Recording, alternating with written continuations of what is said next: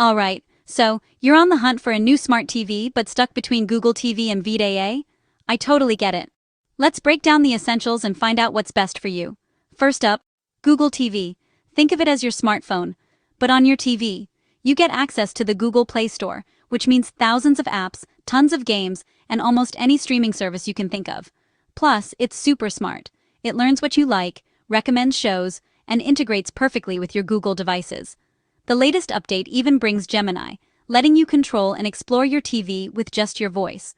If you're all about having choices, and you love tweaking your setup, Google TV is basically a playground. Now let's talk VIDAA. Ever heard of Hisense or Toshiba TVs? That's where you'll find it.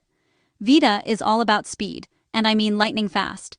The interface? Super simple. App launches? Almost instant. You get all the big names like Netflix and YouTube right up front. Plus, in a bunch of regions, you can hook up your cable subscription without extra boxes or remotes. Here's the catch, the VIDAA App Store only has about 400 apps, and you can't sideload anything from outside. But honestly, for a lot of people, that's more than enough. So which one should you pick?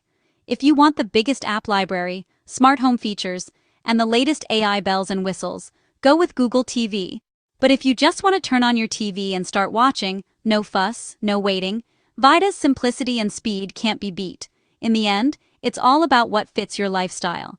Feature-rich or fast and focused, the choice is yours. Thanks for watching. Let me know which one you'd pick in the comments.